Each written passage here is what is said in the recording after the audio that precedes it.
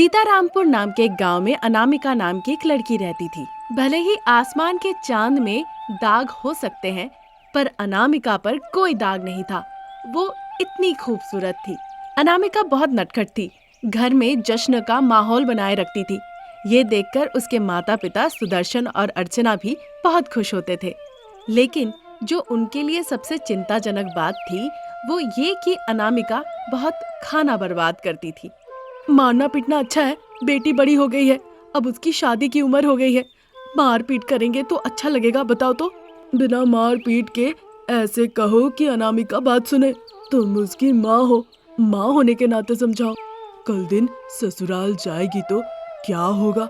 ससुराल वाले तो हमारी ही बदनामी करेंगे। वो सब सुन के हमें ही बुरा लगेगा। परेशान होकर जब वो चर्चा कर ही रहे थे, तभी अनामिका बाहर से मुस्कुराते हुए आती है। घर आते ही माँ पिताजी को परेशान देखती है।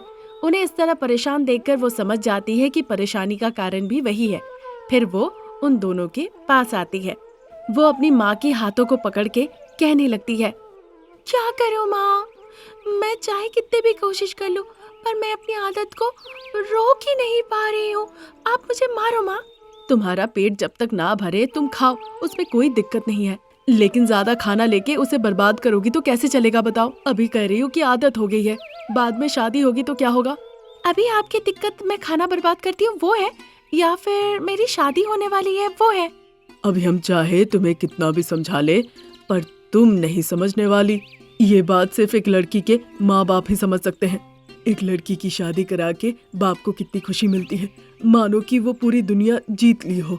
खुशी से मानो वो एवरेस्ट की चोटी पर चढ़ जाए।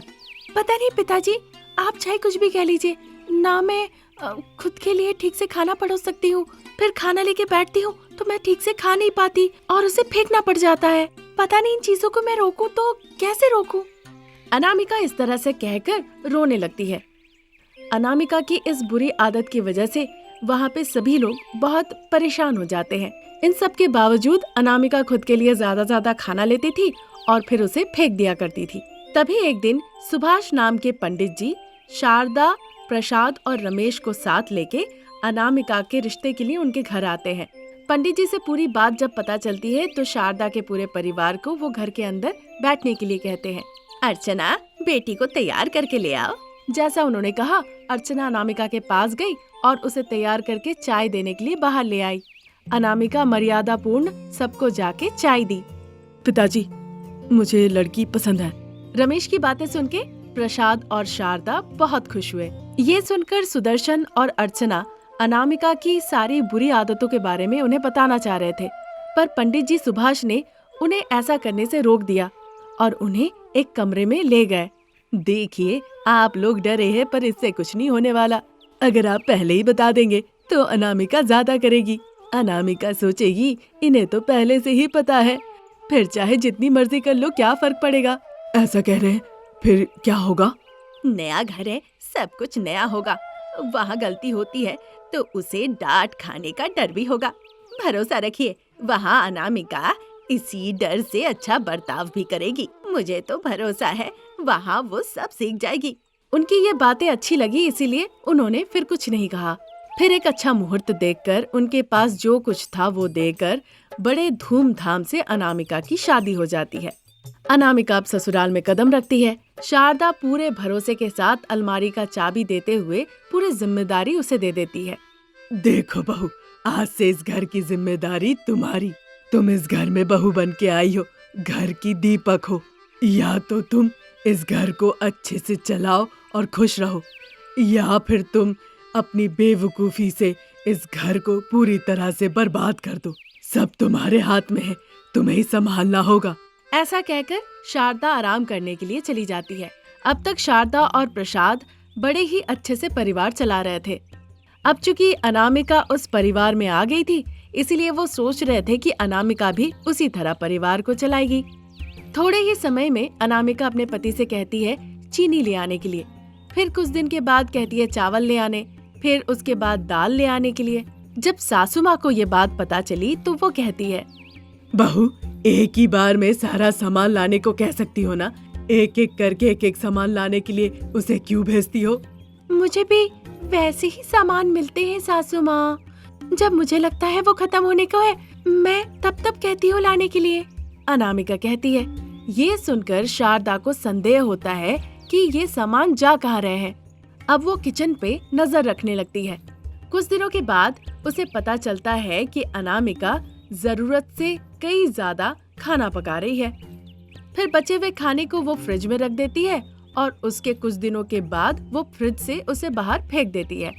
अच्छा, तो ये महान काम हो रहा है, तो मुझे अब से उसे खाना की कीमत समझाना पड़ेगा। ये सोचकर वो एक दिन बहू अनामिका को बुलाती है। बहू, हमारे यहाँ जो नौकर काम करते हैं उनके बच्चे बहुत बीमार हैं। मैं उन्हें देखने जा रही हूँ, चाहती हूँ कि तुम भी साथ चलो। ठीक है सासू माँ। फिर जैसा शारदा ने कहा था, वो अनामिका को खुशी खुशी अपने नौकर के यहाँ ले जाती है। नौकर के कॉलोनी में जाने के बाद, बहू, मैं देख कर आती हूँ नौकर का घर कहाँ है, तुम यही रहो। ऐसा कह के वो चली गई। थोड़ी देर बाद अनामिका जो खड़ी थी, वहाँ पे एक छोटे बच्चे की चिल्लाने की आवाज उसे सुनाई देती है। उस घर में वो जाके झांक के देखती है एक छोटा बच्चा भूख के मारे चिल्ला चिल्ला के रो रहा है। उस बच्चे की माँ खाना लाने जाती है तो देखती है कहीं खाना नहीं है। घर पे सारे बर्तन खाली पड़े हुए हैं। अनामिका को ये देखकर रोना आता है। थोड़ी देर बाद शारदा लौट आती है और उसे साथ लेकर नौकर के घर चली जाती है। नौकर के घर जाकर देखती है वहाँ उसका बच्चा बीमार होकर बिस्तर पे पड़ा हुआ है। शारदा उनसे बीमारी का वजह पूछती है। वो नौकरानी बताती है कि किसी के घर से बचा हुआ चावल मिला हुआ था। उसे पता नहीं था वो चावल खराब हो गया था और उसने उस चावल को अपने बेटे को खिला दिया। इस वजह से वो आज बीमार पड़ गया है। ऐसा कहने के दौरान ही उसकी नौकरानी रोने लगती है। उसके थोड़ी देर बाद शारदा अनामिका को लेकर घर लौट आती है। जैसे ही वो घर लौटती है, अपनी सासू माँ को जकड़ के वो रोने लगती है। बहू, क्या हो गया? कई लोगों को 2 वक्त ठीक से खाना नहीं मिलता और मैं कितना ज्यादा खाना बर्बाद करती हूँ। आज से मैं कभी भी खाना बर्बाद नहीं करूँगी, ऐसा अनामिका कहती है। भूख का दर्द क्या होता है ये अनामिका समझ गई है। ये जानकर शारदा बहुत खुश होती है। उस दिन से भूखे जरूरतमंदों को घर का बचा खुचा खाना खिलाकर उन्हें मदद करने लगी, जिससे लोग बड़े खुश हुए और पति बच्चे के साथ खुश रहने का ढेर सारा आशीर्वाद भी दिया। उस आशीर्वाद से अनामिका को मन में बहुत संतुष्टि मिली और तब से अपना पारिवारिक जीवन खुशी खुशी व्यतीत करने लगी। वो दिन रविवार का था। 10 बज चुके थे, 11 बजने वाला था। सासू माँ शारदा अपने साथ एक थैला लेकर चिकन लाने के लिए बाजार गई। वहाँ उसकी मुलाकात शकुंतला से होती है। अरे शारदा दीदी, अच्छा हुआ आपसे मुलाकात होगी, आपसे ही मिलने का सोच रही थी। क्या बात है शकुंतला, क्या हो गया? मैं आपकी लंबे बालों वाली बहू, उसे आधे घंटे के लिए किराए पे लेना चाहती हूँ, यही पूछना था। उसकी बातें सुन के शारदा बड़े गुस्से से कहती है, तुम्हारी इतनी हिम्मत, तुम मुझसे मेरी लंबे बालों वाली बहू को किराए पे लेने की बात कर रही हो? अरे दीदी, गलत मत समझना, मिट्टी में हमारा ट्रैक्टर फंस गया। पड़ोस के गांव में गए क्रेन मांगने, तो वो हमसे 2000 रुपए मांगने लगे। वो 2000 रुपए हम आपको दे देंगे। अनामिका अपने लंबे बालों से ट्रैक्टर को खींच के मिट्टी से बाहर निकाल देगी। क्या कहती हैं आप? उसकी बातें सुनकर शारदा शकुंतला को बड़े गुस्से से देखने लगती है, पर शकुंतला थोड़ी भी डरती नहीं। गुस्से से मत देखो दीदी, थोड़ा दिमाग लगाओ, आधे घंटे में 2000 रुपए मिलेंगे। आपके बहू के लंबे बालों पे अब तक जितने पैसे खर्च हुए होंगे सब एक ही बार में वापस आ जाएंगे। जरा सोच के देखिए। अगर आपको लगे मैंने सही कहा तो मेरा नंबर आपके पास है, मुझे मिस कॉल दीजिएगा, पैसे लेके हाजिर हो जाऊंगी। ऐसा कह के शकुंतला वहाँ से चली गई। शारदा सोचते सोचते चिकन दुकान की तरफ जाने लगी और वो काफी दूर तक चली गई। वहाँ दूध बेचने वाला धर्मा से उसकी मुलाकात हुई। ओ शारदा दीदी, भारी बरसात के कारण पशुओं के गोबर का टंकी पूरी तरह से भर गई है, तो क्या चाहते हो मैं आके साफ करूं धर्मा? अरे मालकिन, मेरी पूरी बात तो सुन लीजिए। गलती से मेरी दूध देने वाली भैंस उसमें जाके फंस गई है। कोशिश करने के बाद भी वो निकल नहीं पा रही है। तो तुम क्या चाहते हो मैं नारियल फोड़ के पूजा करूं, भैंस के सामने गाना गा के बाहर निकलने के लिए विनती करूं? अरे मैं गंभीरता से कह रहा हूँ और आप इसे मजाक में ले रही हैं। अगर आप अपनी लंबी बालों वाली बहू अनामिका को यहाँ भेज दे तो मैं उसके बालों के साथ भैंस की पूंछ को बांध के बाहर निकाल लूंगा। आप कहे तो मैं इसके लिए 10,000 रुपए देने के लिए तैयार हूँ। धर्मा की ऐसी बातें सुन के शारदा आग बगुला हो जाती है। वो अपने दांतों को कटकटाने लगती है।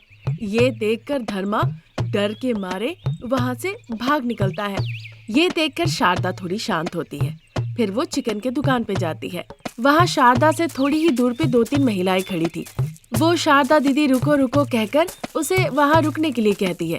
शारदा परेशान होकर कहने लगती है, अब क्या हो गया इन्हें? आज पूरे गांव वाले मेरे बहू के बालों के पीछे पड़े हुए हैं। हाय भगवान, अगर इनके हाथों में फंस गई तो पता नहीं मेरा परिवार आज चिकन खा पाएगा या नहीं, पर मेरा दिमाग ये जरूर खा लेंगे। ये सोचकर शारदा अपना थैला वाला वहीं फेंक के उस जगह को छोड़ के मिनटों के अंदर भाग निकली। ऐसी वैसी रफ्तार नहीं थी, इतनी रफ्तार थी कि मानो ओलंपिक में गोल्ड मेडल जीतने की रफ्तार हो। ऐसे ही दिन निकल रहे थे। लंबे बालों वाली अनामिका एक प्राइवेट स्कूल में केयर टेकर का काम करती थी। बिना छोटे बड़े का फर्क किए वो बच्चों के साथ बड़े प्यार से पेश आती थी। उसी स्कूल में दूसरी कक्षा में अब भाव्या, जिसके बाल नहीं थे, वो पढ़ती थी। उसे वो माँ जैसा प्यार करती थी। स्कूल गेट के पास बिना बालों वाली भावना का ऑटो का वो इंतजार किया करती थी। उसके ऑटो आते ही अनामिका की खुशी का ठिकाना नहीं रहता था। उसका चेहरा फूलों की तरह खिल उठता था। वो भागते हुए जाती थी और बिना बालों वाली भावना को वो गोद में लेकर ऑटो से नीचे उतारती थी। हाय मेरी छोटी।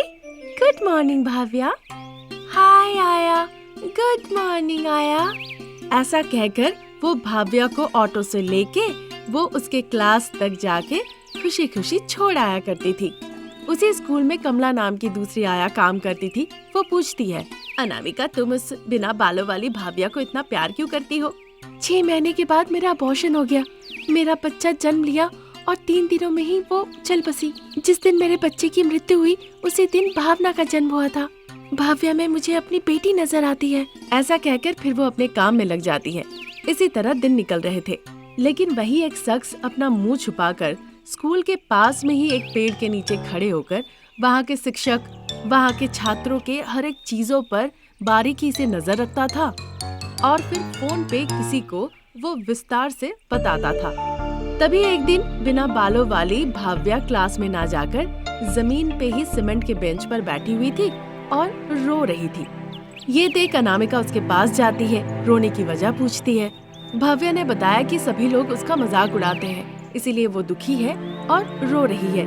अनामिका उसे समझाने की कोशिश करती है। तभी एक दिन वो चेहरा ढका हुआ इंसान कमला को चाकू दिखा के डराता है और उसे क्या करना है बताता है। कमला डर के मारे वही करती है जैसा उसे करने को कहा गया था। एक दिन जब रविवार था, 5-6 लोग स्कूल में आते हैं। वहाँ पे एक हेलीकॉप्टर आता है और इंतजार करने लगता है।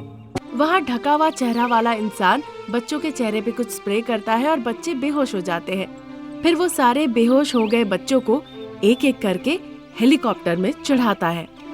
कमला अनामिका को पूरी बात बताती है और उसे स्कूल के पास ले आती है। जल्दी ही हेलीकॉप्टर हवा में उड़ने लगती है। कमला बच्चे बच्चे कहकर चिल्ला के रोने लगती है। अनामिका को भी कुछ समझ में नहीं आता है। अचानक से उसे अपने लंबे बालों की याद आती है। फिर ज्यादा देर ना करते हुए वो अपने बालों को ऐसे इस्तेमाल करती है ताकि वो बाल जाके हेलीकॉप्टर को पकड़ ले। इसी के साथ अनामिका अपनी पूरी शक्ति लगा देती है उस हेलीकॉप्टर पे और अपनी पूरी शक्ति और मेहनत से अनामिका सफलता प्राप्त कर लेती है उस हेलीकॉप्टर को नीचे खींच के लाने में। कमला, तुम जल्दी से जाके पुलिस को फोन करो और पूरी बात बताओ। ऐसा कहते ही कमला वहाँ से चली जाती है। अनामिका अपने बालों से हेलीकॉप्टर को बांध के खींचते हुए नीचे ले आती है। तब तक पुलिस भी घटना स्थल तक पहुंच जाती है। पुलिस हेलीकॉप्टर में फंसे बच्चों को बचाया और उस नकाब वाले इंसान को गिरफ्तार कर लिया।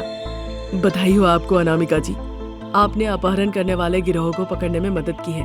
आपको इसके लिए इनाम मिलना चाहिए। ऐसा कहकर पुलिस अपराधियों को अपने साथ ले जाते हैं। क्योंकि अनामिका ने बच्चों की जान बचाई थी, इसीलिए गांव वालों ने उसे फूल देकर आभार प्रकट किया। जगह जगह पर अनामिका की तस्वीर लगाई गई और उस पर दूध का टीका भी लगाया गया। अनामिका भी खुशी खुशी सभी का अभिवादन किया। फिर एक दिन अनामिका को संबोधित करते हुए उसे पुरस्कार से सम्मानित किया गया और इस बात से सासू माँ शारदा, ससुर जी प्रसाद और पति रमेश सभी बहुत खुश हुए।